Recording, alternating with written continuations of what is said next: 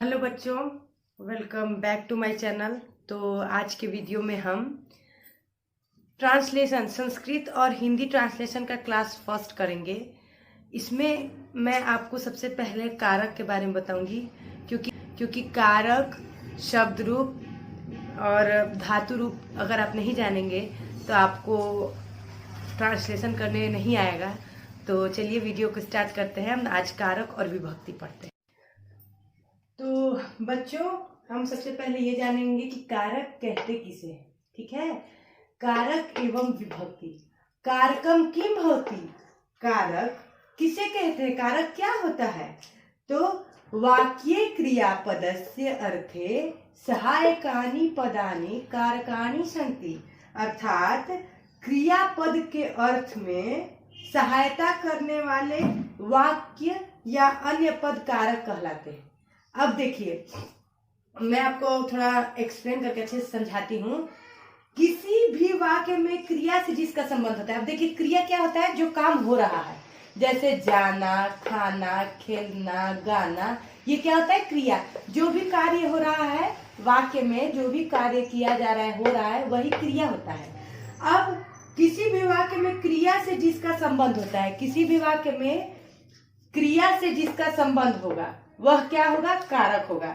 अब देखिए, for example इसमें है रामः गृहं गच्छति, रामः गृहं गच्छति, रामः घर जाता है, राम घर जाता है।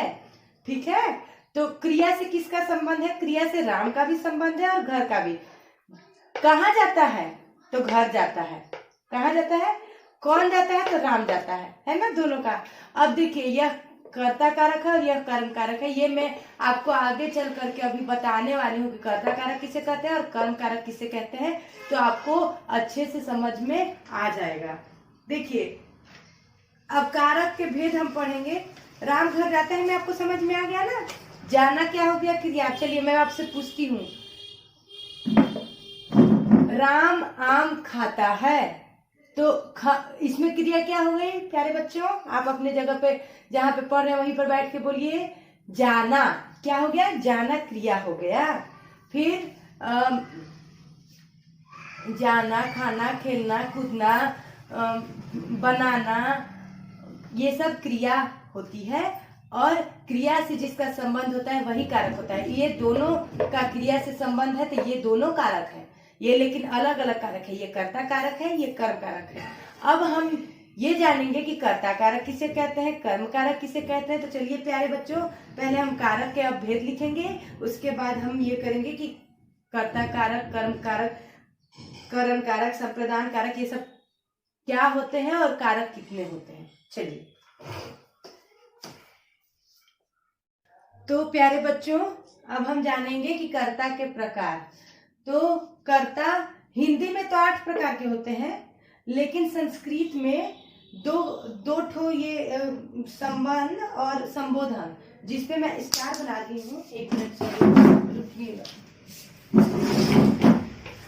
ये संस्कृत में नहीं होते हैं। संस्कृत में कितने कारक होते हैं प्यारे बच्चों, 6। मैंने अभी कुछ देर पहले आपको 8 बताया था। तो एक चीज आप जान लीजिए कि संस्कृत में कारक होते 6 हैं, लेकिन हम प्रयोग 8 का करते हैं, क्योंकि वाक्य बनाने में हमें ये दोनों प्रयोग में आते हैं।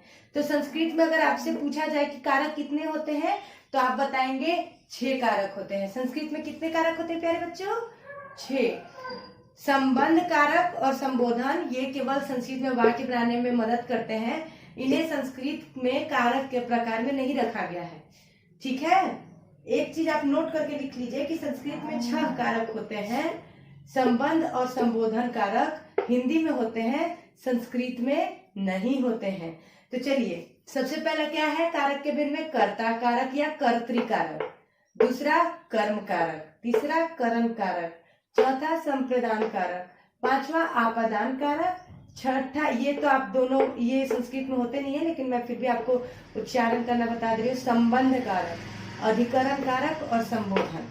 तो चलिए, अब हम ये जानेंगे कि कर्ता या कर्तृ कारक किसे कहते हैं। चलिए, तो चलिए प्यारे बच्चों, कर्ता कारक या कर्तृ कारक किसे कहते हैं। ठीक है, क्रिया को स्वतंत्र रूप से करने वाला कर्ता कारक होता है।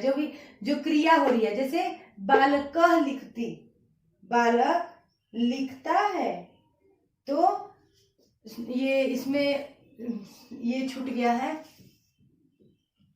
अनुस्वार, तो बालकः लिखती, बालक क्या कर रहा है, लिख रहा है, तो लिखती में क्या हो गया प्यारे बच्चों, क्रिया क्या हो गया इस वाक्य में, लिखती क्रिया, और बालक क्या हो गया आप लोग बताइए, लिखती क्रिया हो गया, और बालक क्या हो गया, कर्ता या कर्तृकारक।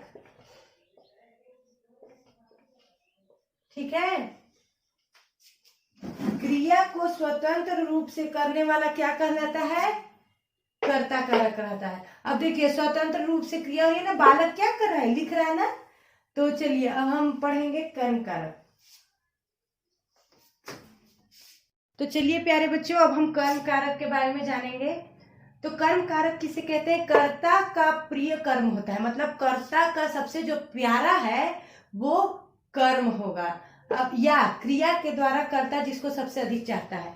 अब देखिए प्यारे बच्चों, आप एक एग्जाम्पल से समझिए, राम पुस्तकम पठती, अब राम क्या कर रहा है, पुस्तक पढ़ रहा है, लेकिन यह सबसे अधिक किसको चाह रहा है, पुस्तक पढ़ना चाह रहा है ना, तो इसमें लिखिए, ये देखिए ये हो गया कर्ता, ये हो गया क्रिया। पढ़ना क्या है बताइए, पढ़ना क्रिया है।